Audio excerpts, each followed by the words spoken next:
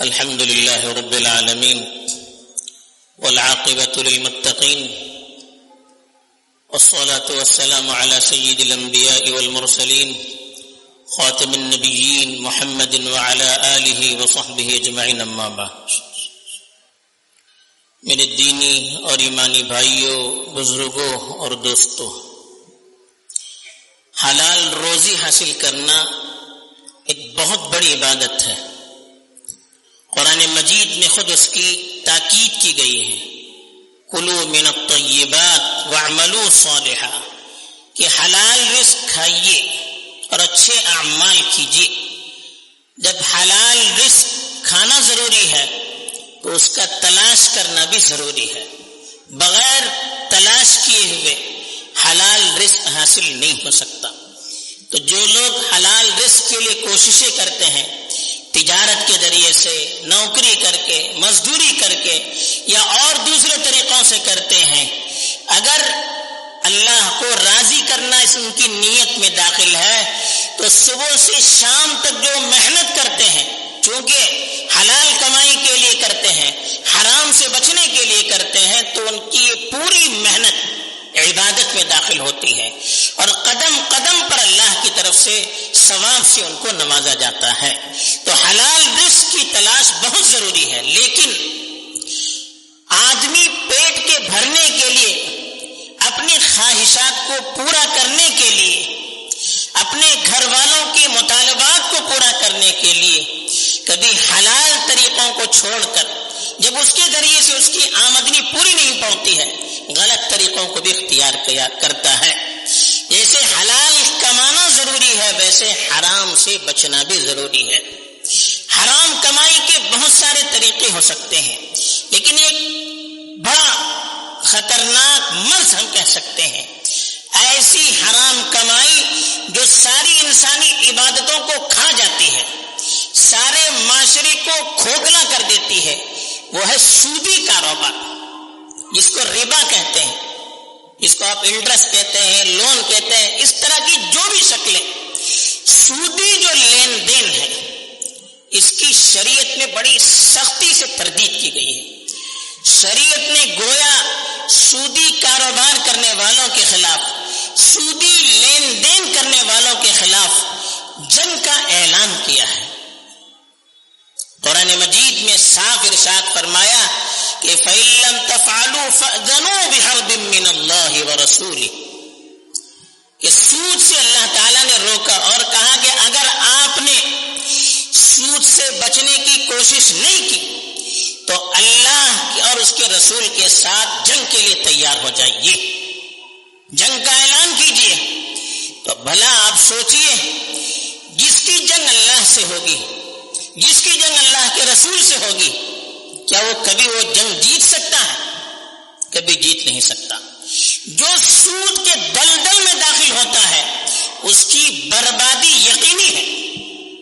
یہ اللہ کی طرف سے اعلان ہے کہ جو سودی لین دین میں، سودی کاروبار میں قدم رکھتا ہے، آپ یاد رکھیے کہ اس کی بربادی کا آغاز ہے، یہیں سے اس کی بربادی شروع ہو جاتی ہے۔ آپ نے معاشرے کا، ملک کا، بلکہ دنیا کے حالات کا جائزہ لیا ہوگا تو آپ کو معلوم ہوگا بڑی بڑی کمپنیاں جن کی بنیاد سود پر تھی بالکل تباہ ہو گئی، لاکھوں لوگوں کی نوکریاں چلی گئی، بربادی ہی بربادی ہوتی ہے۔ اسی لیے اللہ تعالیٰ نے صاف فرمایا یمحق اللہ الربا، محق یمحق کے معنی مٹانا، اللہ تعالیٰ ربا کو، سود کو مٹاتا ہے، یہ اللہ کی طرف سے قرآن میں اعلان ہے۔ اب جس کے بارے میں اللہ نے کہا کہ اس کو مٹائے گا، اب دنیا کی کون سی طاقت ہوگی جو اس کو اٹھا سکتی ہے؟ چند دن کی آپ ترقی مت دیکھیے، کچھ سال ممکن ہے ذرا اس سے وہ فائدہ اٹھا سکتا ہے۔ آدمی جو اپنا کاروبار سودی بیس پر کرتا ہے، لون پہ اپنا کاروبار اٹھاتا ہے، ممکن ہے کچھ سالوں کے لیے اس کے کاروبار کے اندر ترقی ہو، لیکن رزلٹ اس کا آپ یہیں سے سن لیجئے کہ وہ تباہ ہو کر رہتا ہے۔ قرآن نے کہا یمحق اللہ الربا ویربی الصدقات، صدقے کو اللہ تعالیٰ ترقی کرواتا ہے۔ ہم سمجھتے ہیں کہ صدقہ دینے سے مال ختم ہوتا، نہیں، صدقہ دینے سے مال بڑھتا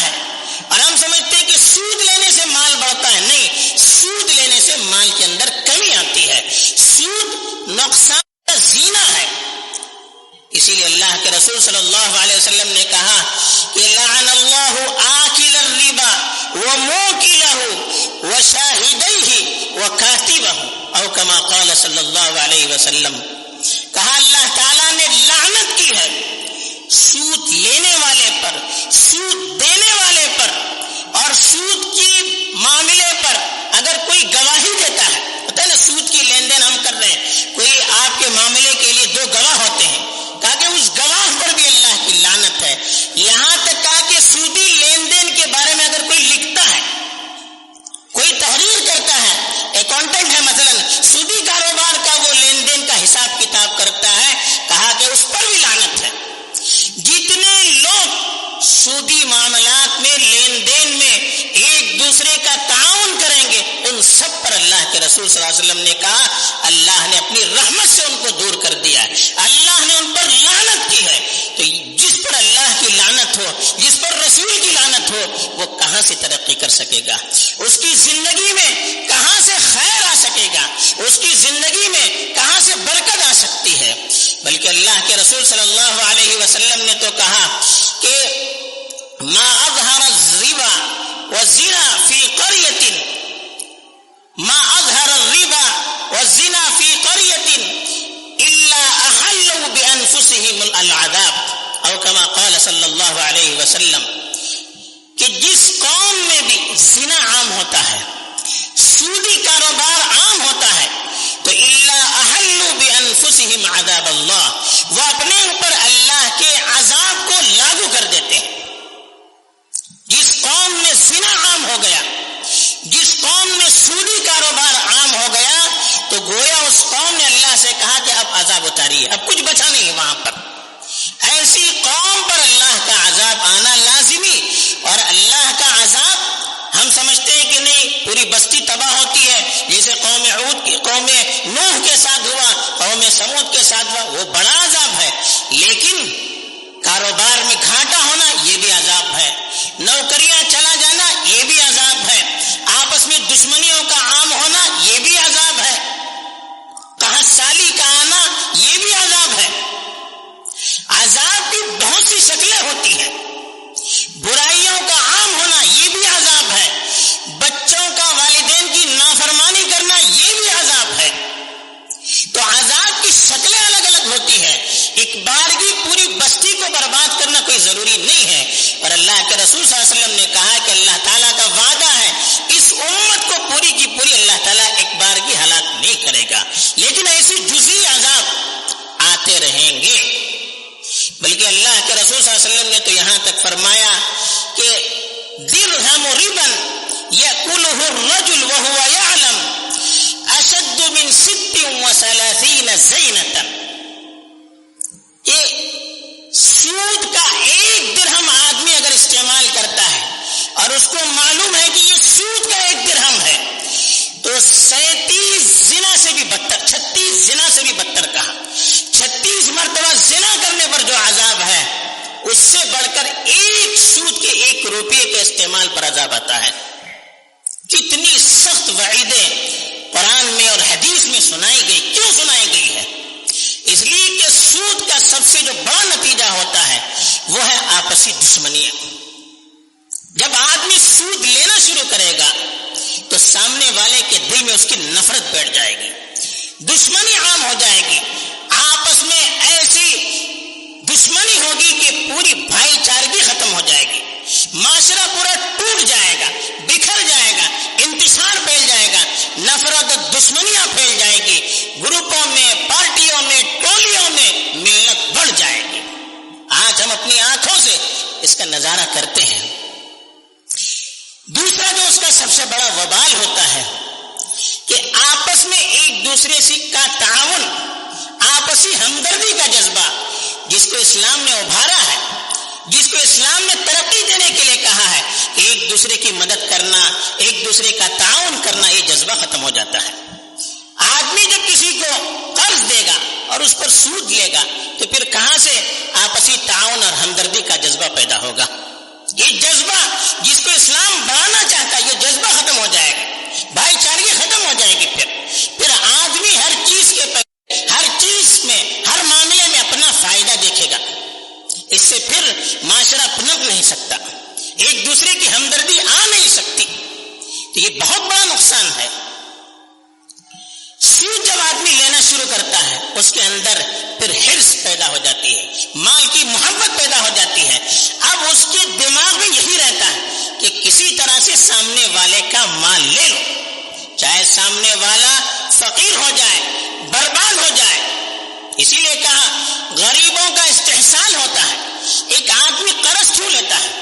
کاروبار کرنا ہے، گھر بنانا ہے، کیوں قرض لیتا ہے؟ اس کے پاس آمدنی نہیں ہوتی ہے، مجبوری میں لیتا ہے. اب اس پر ہم سود بھی لگا دیں گے کہ ہم آپ کو قرض دیں گے، لیکن مہینے میں قرض کے ساتھ ساتھ اتنا آپ کو لوٹانا ہوگا. نتیجہ کیا ہوگا؟ وہ بیچارہ قرض لے لیا تھا پیسہ نہ ہونے کی وجہ سے، اب وہ قرض کہاں سے بھرے گا جب سود نہیں بھر پائے گا؟ نتیجہ کیا ہوگا؟ وہ آدمی جو غریب تر ہوتا چلا جائے گا، اپنی پراپرٹی بیچ دے گا، اپنی ساری چیزیں بیچ دے گا. یہاں تک نوبت پہنچتی ہے آدمی اپنے بچوں کو، اپنی بیویوں کو تو گروی تک رکھتا ہے. کیوں؟ قرض پورا کرنے کے لیے، سود دینے کے لیے. پھر کیا ہوگا اس معاشرے کا؟ جب غریبوں کی آہ لگے گی، جب غریبوں کی بددعا لگے گی، تو کیا سامنے والا ترقی کر سکے گا؟ نہیں کر سکتا. یہ بہت ساری بیماریاں ہیں جو معاشرے کو کھوکھلا کرتی ہے. اس کی وجہ سے شریعت میں سودی لین دین اس کو حرام قرار دیا ہے. اب سودی لین دین کہاں ہے؟ ایک جو مروجہ ہمارے یہاں شکل ہوتی ہے آج کل، وہ آدمی قرض دیتا ہے کسی کو، 5 لاکھ روپیہ، 10 لاکھ روپیہ، 2 لاکھ روپیہ کسی کو قرض دیتا ہے. ایک مدت متعین کر دیتا ہے کہ 1 سال میں آپ کو 5 لاکھ روپیہ قرض دے دوں گا. 1 سال کے بعد آپ مجھے 5 لاکھ روپیہ اور اس کے ساتھ 50,000 سود لوٹائیں گے. یہ ایک شکل ہے جو عام ہے. پھر جیسے جیسے وہ مدت بڑھاتا جاتا ہے ویسے ویسے وہ سود کی مقدار بڑھتی چلی جاتی ہے. یہ عام ہو رہا ہے معاشرے میں، مسلمانوں کے معاشرے میں عام ہو رہا ہے. اور لوگ سوچتے ہیں کہ نہیں ہمارا پیسہ ہے، اگر اسی پیسے کو ہم بزنس میں لگاتے کتنا ترقی کر جاتا. اب یہ بزنس ہے، کسی کو قرض دینا، کسی کی مدد کرنا بزنس ہے.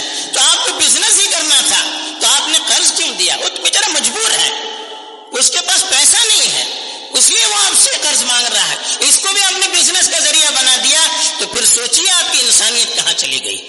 اسی پیسے کو 5 لاکھ روپے کو 2 سال تک الماری میں رکھیں گے، بڑھے گا وہ؟ تب تو آپ کو سود کی اہمیت معلوم نہیں ہوتی ہے. لیکن جب کسی غریب کو دیتے ہیں تو بزنس آپ کے دماغ میں گھومنے لگتا ہے.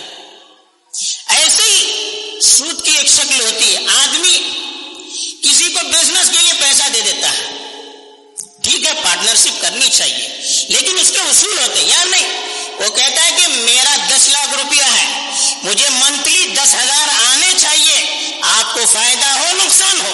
یہ سود ہے، یہ سود ہے. کاروبار کا مطلب یہ ہوتا ہے کہ آپ نے اماؤنٹ دے دیا، اب جو فائدہ ہوگا اس کی پرسنٹیج کے حساب سے تقسیم ہوں گے. اب 5,000 بھی مل سکتے ہیں، 25,000 بھی مل سکتے ہیں، اور نفع نقصان دونوں میں شریک ہوں. خالی فائدہ ملے تو شریک، نقصان میں ہم شریک نہیں. یہ سود ہے. یہ شکل بھی عام ہو رہی ہے. ممکن ہے لوگوں کو معلوم نہ ہو لیکن عام ہو رہی ہے، اور اس کے اثرات بھی ہمیں نظر آ رہے ہیں. اسی طرح سے سود کی ایک شکل، آدمی کاروبار کرتا ہے، سود لے کر کرتا ہے. کیا ضرورت ہے؟ آپ کو اپنی حیثیت کے مطابق کاروبار کرنا ہے، جتنا پیسہ ہے اس کے مطابق کیجیے. سود لے کر بڑا کاروبار کرنا، اس کی ضرورت کیا ہے؟ یہ تو ابتدائی میں آپ نجاست میں اپنا ہاتھ ڈال رہے ہیں. عمارت تعمیر کرنے سے پہلے عمارت کو توڑنے والا جو میٹیریل ہوتا ہے وہ اندر ڈال رہے ہیں تاکہ پوری عمارت گر جائے. آپ کو سودی پر کاروبار کرنا ہے تو مت کیجیے. اتنا بڑا کاروبار آپ کے پاس اس کی صلاحیت نہیں ہے. سود لے کر لون لے کر کرنا کوئی ضروری نہیں ہے. بعض لوگ بہانہ بناتے نہیں، آج کل حکومت مانتی نہیں. آپ سیدھے سیدھے ٹیکس دینے پر تو راضی نہیں ہوتے ہیں. وہاں چوری کریں گے، یہاں بھی چوری کریں گے، وہاں بھی غلطی یہاں بھی غلطی. آپ سیدھا سیدھا کاروبار کیجیے، کوئی آپ کو روکے گا نہیں. کرنے والے کرتے ہیں، کروڑوں کا کاروبار کرتے ہیں، بغیر سود کے کرتے ہیں، اللہ برکت بھی دے رہا ان میں. تو یہ بھی ایک شیطانی وسوسہ ہے. تو اس طرح سے بھی ہو رہا. گاڑیاں لون پر سود پر نکالی جا رہی ہیں. اب اس کو ہم روزانہ استعمال کرتے ہیں، بائک ہے، کار. پیسہ نہیں تو اتنی بڑی گاڑی لینے کی ضرورت کیا ہے؟ کوئی ضرورت نہیں. آپ اپنی حیثیت کے مطابق کیجئے، اللہ اس میں سکون دے گی،